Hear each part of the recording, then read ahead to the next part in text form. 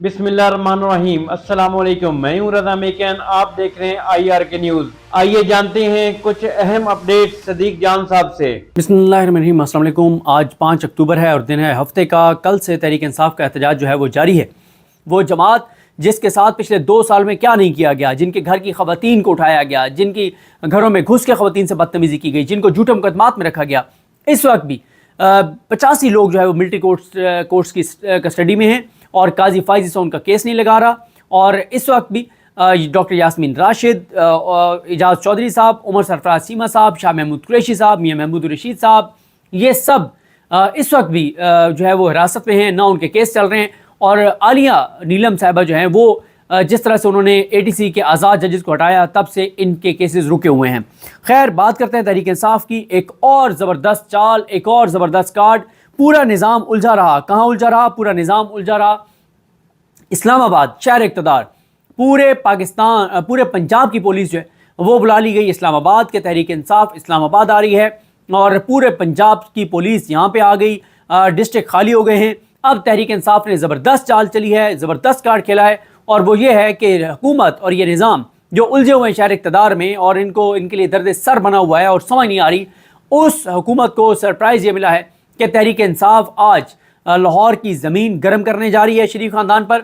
और शहबाज शरीफ बेचारे जो हैं वो कल इस्लामाबाद से खौफज़दा होकर लाहौर गए कि इस्लामाबाद में बहुत जो है वो काम ख़राब है और बांग्लादेश जैसे हालात ना बन जाएँ, तो वो जाते उम्रा चले गए हैं। अब आज लाहौर में भी दमादम मस्त कलंदर होने जा रहा है, और ना सिर्फ लाहौर बल्कि पूरे पंजाब के अजला में आज तहरीक इंसाफ एहतजाज करने जा रही है।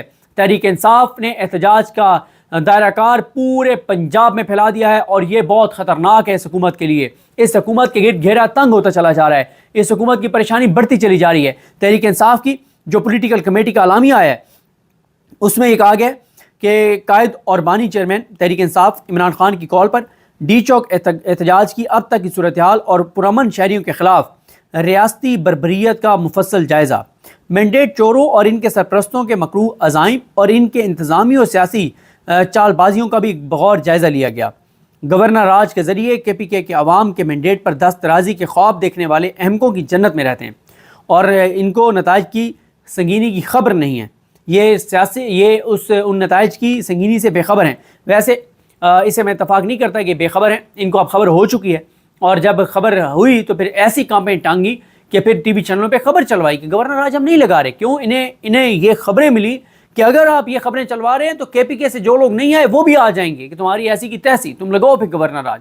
तो कैंपेन टांग गई हैं, लगाए ना, बड़ी TV चैनलों पे खबरें चलवाई, गवर्नर को तलब कर लिया, ये हो गया वो हो गया, मुलाकात के लिए बुला लिया। तो फिर निकला क्या भाई? लगाओ गवर्नर राज, क्यों नहीं लगाते? आपको पता है KPK में आपके साथ क्या हशर नशर होगा।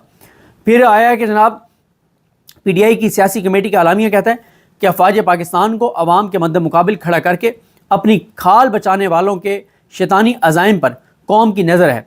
फैसला साज हमाकतों पर इसरार की बजाय माकूलियत का रास्ता अपनाएं।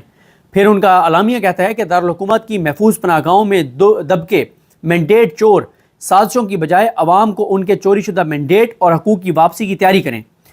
जो इजलास हुआ उस इजलास में पुरअमन कारकुनान, निहत्ते शहरियों और सहाफ़ियों के खिलाफ पुलिस और रियासती मशीनरी के सफाकाना हमलों, आंसू गैस और गिरफ्तारियों की शदीद तरीन अल्फाज में मजम्मत की गई।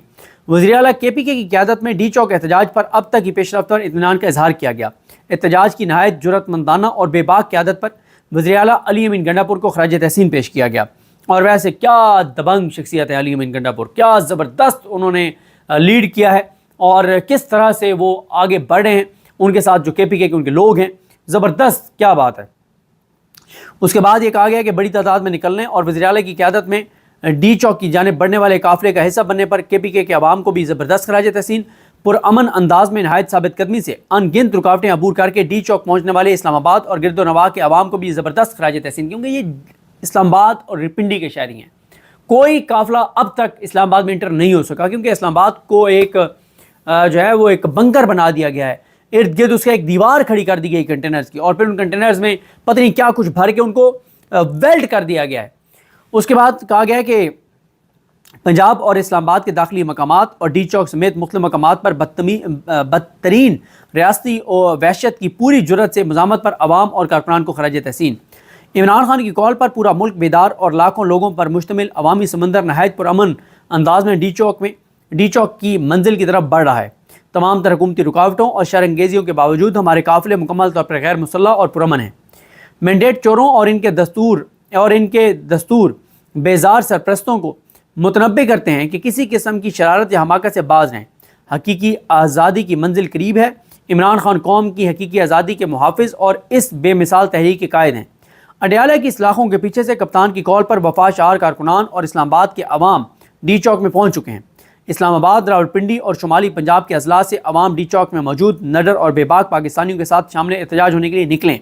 اور یہ بھی آپ کو بتا دوں، اس کے بعد جو میں نے ذکر بھی کیا تھا، اب تحریک انصاف کے رہنماؤں کے ویڈیو پیغامات آنے لگ گئے ہیں اور وہ یہی کہہ رہے ہیں لوگوں کو کہ لوگ نکلیں، کل نکلیں۔ اور پھر اسی طرح سے جو بلو ایریا ہے اور جو ڈی چوک کے قریب دفاتر ہیں، جو G6F6 کے گھروں والے ہیں، ان سب کو کہا جا رہا ہے کہ وائی فائی کے پاسورڈ اوپن کر دیں اور پانی کی بالٹیاں باہر رکھیں اور لوگوں کو جو ہے وہ فیسیلیٹیٹ کریں۔ اس کے بعد کہا گیا کہ وزیر اعلیٰ KPK علی امین طے شدہ پروگرام کے تحت اپنے قافلے کے ہمراہ ضرور ڈی چوک پہنچیں گے۔ غلامی کے اندھیروں کا سینہ چاک کر کے طلوع ہونے والی صبح آزادی کے آثار ہر گزرتے لمحے کے ساتھ واضح تر ہوتے جا رہے ہیں۔ اس کے بعد حماد اظہر صاحب کا بیان آیا، ان کا ٹویٹ آیا۔ حماد اظہر کہتے ہیں کہ اسلام آباد کا احتجاج جاری رہے گا۔ اس کے علاوہ آج سے پنجاب کے تمام اضلاع میں احتجاج شروع کرنے کا اعلان کیا جاتا ہے۔ لاہور اور اس کے گرد و نواح کے افراد لاہور کے احتجاج میں شامل ہوں گے۔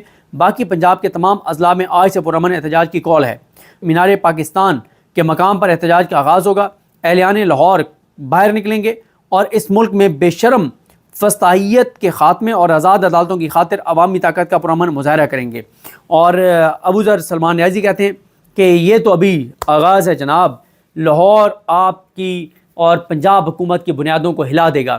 دیکھیں آج تحریک انصاف کا لاہور کا احتجاج بہت امپورٹنٹ ہے۔ میر شرافت صاحب کا میں ٹویٹ پڑھ رہا تھا جس میں میر شرافت صاحب نے لوگوں کو کہا ہے کہ کیونکہ یہ وہاں پہ بھی سروس معطل کر رہے ہیں، موبائل سروس معطل کر رہے ہیں اور یہ انٹرنیٹ بند ہوگا، تو انہوں نے جو میر شرافت صاحب ہیں انہوں نے لاہور کے لوگوں سے اپیل کی ہوئی تھی کہ جس کے کوئی دفاتر ہیں، گھر ہیں، وہ وہاں پہ جو وائی فائی کے پاسورڈ ہیں وہ اوپن کر دیں، اور وائی فائی کا پاسورڈ نہیں ہونا چاہیے تاکہ لوگ جو ہے وہ انٹرنیٹ کنیکٹ کر سکیں اور آپس میں رابطہ کر سکیں۔ اور خاص طور پہ انہوں نے کہا ہے کہ جہاں ہمارے پوائنٹس ہیں جہاں پہ لوگوں نے اکٹھے ہونے، تو انہوں نے کہا ہے کہ لوگ جب دیکھیں کہ لوگ اکٹھے ہیں تو لاہور کے لوگ ان کی میزبانی کریں، اور ان کی میزبانی اس طرح سے کریں کہ ان کو پانی پلائیں، اور اگر آنسو گیس کی شیلنگ ہے تو ان کو پانی فراہم کریں اور ان کو فیسیلیٹیٹ کریں۔ تو انہوں نے آج لاہور کی جو تحریک انصاف کی تنظیم ہے، شیخ امتیاز صاحب اور اویس یونس صاحب، عائشہ بھٹا، وہ سب بہت ایکٹیو ہیں اور لاہور نے بہت ماحول بنایا۔ جو لاہور وہاں پہ کانا والا جلسہ تھا، اس سے پہلے بھی لاہور کی تنظیم نے بہت ماحول بنایا اور اب بھی لاہور کی تنظیم نے بہت ماحول بنایا ہوا ہے، اور بڑی جرت کے ساتھ سب پہنچے ہیں۔ علی حمزہ صاحبہ سمیت اور کمل چوزب وہاں پہ خواتین کے ساتھ، درجنوں خواتین کے ساتھ وہاں پر پہنچی، اتنی فسطائیت کا سامنا کرنے کے باوجود، اتنی چیلنج کا سامنا کرنے کے باوجود۔